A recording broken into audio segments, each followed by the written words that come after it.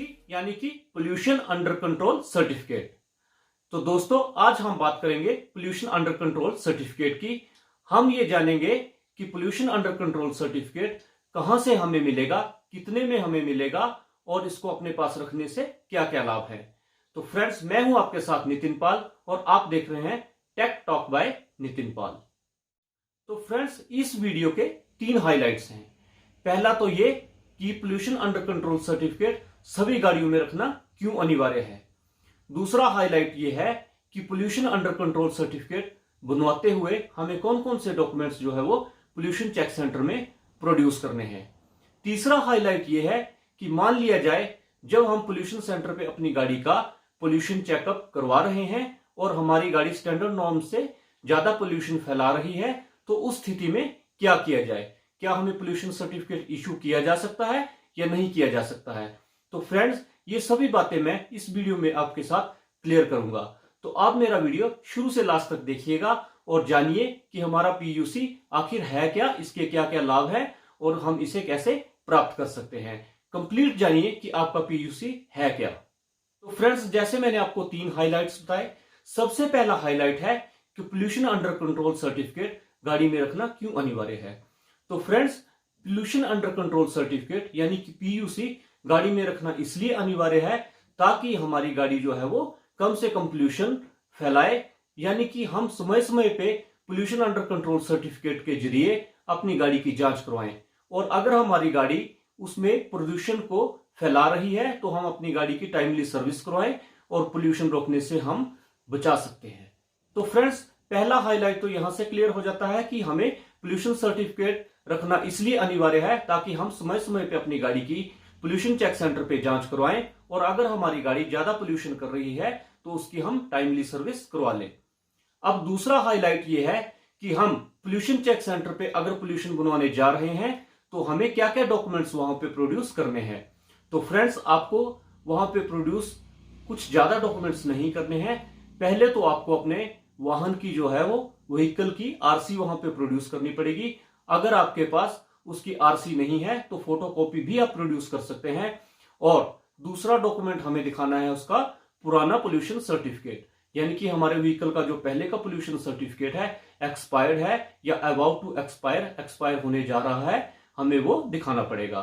और तीसरा, हमें अपना वाहन भी पोल्यूशन चेक सेंटर पे ले जाना पड़ेगा।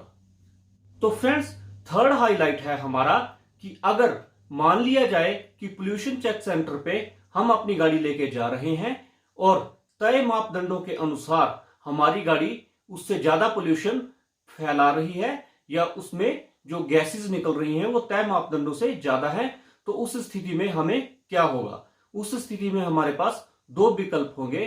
फ्रेंड्स, सबसे पहला विकल्प तो ये है हमारे पास कि हमें अपनी गाड़ी की तुरंत सर्विस करवा के दोबारा से पोल्यूशन चेक सेंटर पे अपनी गाड़ी को लाना होगा और उसके बाद उसका पोल्यूशन चेक लेवल जो है उसका चेक करवाना पड़ेगा और अगर वो सही है तो आपको पोल्यूशन चेक सर्टिफिकेट जो है वो इशू कर दिया जाएगा। दूसरा विकल्प इसमें यह है कि आप 24 घंटों के लिए रिक्वेस्ट बेसिस पे उनसे पोल्यूशन सर्टिफिकेट मांग सकते हैं और आपको 24 घंटे के लिए पोल्यूशन चेक सर्टिफिकेट इशू कर दिया जाएगा। लेकिन 24 घंटे की वैलिडिटी के बाद आपको अपने वाहन की सर्विस करवाने के बाद फिर से जो है वो प्रॉपरली चेकअप करवाना पड़ेगा और तय मापदंडों के अनुसार आपको फिर से 3 या 6 महीने के लिए पोल्यूशन सर्टिफिकेट इशू किया जा सकता है, लेकिन सर्विसेज के बाद, ताकि आपकी गाड़ी जो है वो पोल्यूशन मापदंडों के अनुसार ही पोल्यूशन को है फैलाए। फ्रेंड्स, जनरल एक क्वेश्चन ये है कि क्या नई गाड़ी का पोल्यूशन सर्टिफिकेट बनाना जरूरी है। अगर बनवाना जरूरी है तो वो कब बनवाया जाए और कितने टाइम के बाद बनवाया जाए। तो फ्रेंड्स, मैं आपको बता दूं कि अगर आपकी गाड़ी BS4 यानी कि भारत स्टेज 4 मापदंडों को पूरा करती है तो आपकी नई गाड़ी के लिए आपको डेट ऑफ रजिस्ट्रेशन से 1 साल तक पोल्यूशन सर्टिफिकेट बनवाने की जरूरत नहीं है। अब आपको यह समझना होगा कि BS4 वाहन कौन से हैं। 1 अप्रैल 2010 को या इसके बाद जो वाहन रजिस्ट्रेशन हुए हैं वो BS4 मापदंडों को पूरा करते हैं। तो अगर आपका वाहन 1 अप्रैल 2010 के बाद रजिस्ट्रेशन हुआ है तो आपका वाहन जो है वो BS4 कैटेगरी में आएगा और आपको जो है 1 साल तक नई व्हीकल का पोल्यूशन सर्टिफिकेट लेने की जरूरत नहीं है। ये है 4 व्हीलर की बात। टू व्हीलर में ये टाइम लिमिट जो है वो सिर्फ 3 महीने की है। अगर आपका BS4 टू व्हीलर है तो आपको शुरू के 3 महीने में पोल्यूशन सर्टिफिकेट लेने की जरूरत नहीं है, PUC लेने की जरूरत नहीं है। 3 महीने कंप्लीट होने के बाद आप पोल्यूशन चेक सेंटर में जाइए, अपने वाहन को लेकर जाइए और वहां से आप अपने वाहन का पोल्यूशन जो है वो चेक करवा सकते हैं। फ्रेंड्स, अगला क्वेश्चन ये है कि पोल्यूशन चेक सेंटर में पोल्यूशन की जांच कैसे की जाती है। तो फ्रेंड्स, पोल्यूशन चेक सेंटर में एक कंप्यूटर लगा होता है, कंप्यूटर के साथ एक एनालाइजर लगा होता है, एनालाइजर और एक कैमरा। तो सबसे पहले वाहन को स्टार्ट कंडीशन में खड़ा करके एनालाइजर को जो है उसके साइलेंसर में लगाया जाता है। साइलेंसर में लगाने के बाद वो धुएं का डाटा जो है वो कंप्यूटर में भेजता है। कंप्यूटर में भेजने के बाद कंप्यूटर उसको एनालाइज करता है और चेक करता है कि तय मापदंडों के अनुसार हमारा व्हीकल पोल्यूशन कर रहा है या नहीं। अब फ्रेंड्स, हमारे वाहन जो हैं वो 2 कैटेगरी के होते हैं, एक डीजल वाहन और एक पेट्रोल वाहन। तो पेट्रोल वाहन की स्थिति में एनालाइजर को साइलेंसर में लगाने के बाद नॉर्मल रीडिंग ली जाती है और जो रीडिंग आती है उसको कंपैरिजन किया जाता है कि अगर वो स्टैंडर्ड मापदंडों पे खरी उतरती है तो आपको पोल्यूशन सर्टिफिकेट जो है वो मिल जाता है। लेकिन इसके विपरीत जो डीजल वाहन है, हमारे डीजल वाहनों में एक्सेलरेटर को 4 या 5 बार प्रेस किया जाता है, जिसके बाद उसकी रीडिंग ली जाती है और उन रीडिंग को एनालाइज करके एक एवरेज रीडिंग निकाली जाती है। उस एवरेज रीडिंग को जो है वो स्टैंडर्ड पैरामीटर्स के साथ कंपैरिजन करके आपको PUC इश्यू किया जाता है, अगर वो स्टैंडर्ड पैरामीटर्स को फॉलो करती है।